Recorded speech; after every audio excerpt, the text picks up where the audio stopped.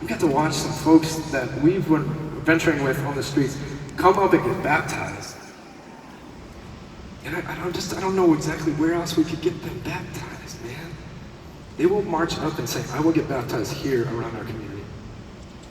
I pray that wherever you come from, I pray that this is starting to go like, oh gosh, yeah, this is very directed. Very directed. Okay? There's two more things. One, in obeying these things, right? These statutes that Jesus says to do. A lot of people actually ask me, why do you think Jesus says to do those things? I'm like, oh, that's a good question. Why does God call us to do those things? I think there's a really clear answer for me, and it's very simple. Jesus had a prayer for all of us here. It was a very specific prayer. He said, I would like for all of you to be as intimate with each other as Jesus, as I am with my Father. That's crazy. The intimacy between Jesus and his Father, he wants the same here. You want to provide a place for us to be one? Bring food, bring drink, bring clothing. You welcome people into a space, Jesus will be there. The last thing I want to leave you with is this. If you feel, okay, again, you've heard these stories. Some of you may be already participating in this as a missionary, whatever you want to call it, as a Christ follower. Some of you may not just yet, and that's okay. There might be something stirring. Do not ignore that.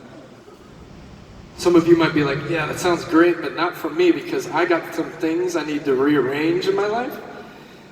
Don't ignore that either. I'll tell you one thing, that if you start doing this, those things will just fall away. They'll just fall, it's scriptural, they'll just fall away. Once you start focusing things on the spirit, things of the flesh, they can't hang on. You're just moving too fast. But there's only two prerequisites.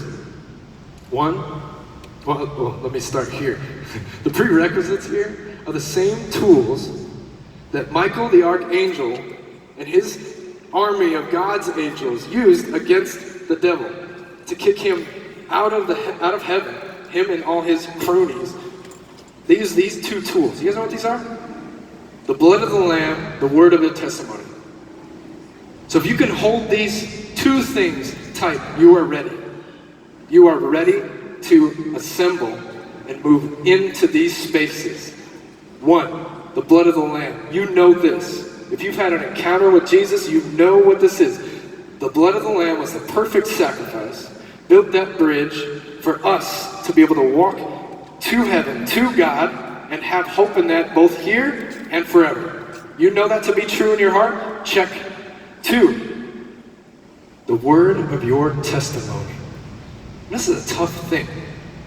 Maybe this is homework for you. If you have a testimony, get to know it and be able to tell somebody it. I'm telling you, if you get this, it's a sword in the battle against every bad thing, things that are not right on this earth. The blood of the Lamb, the word of your testimony. I'll leave you with this. Sorry, I went over time. I'll leave you with this. That same prayer, we can pray that every single day.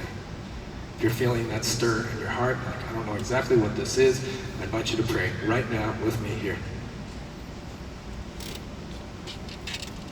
Jesus, I'm missing something.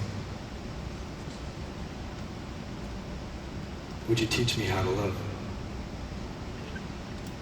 Thank you, guys.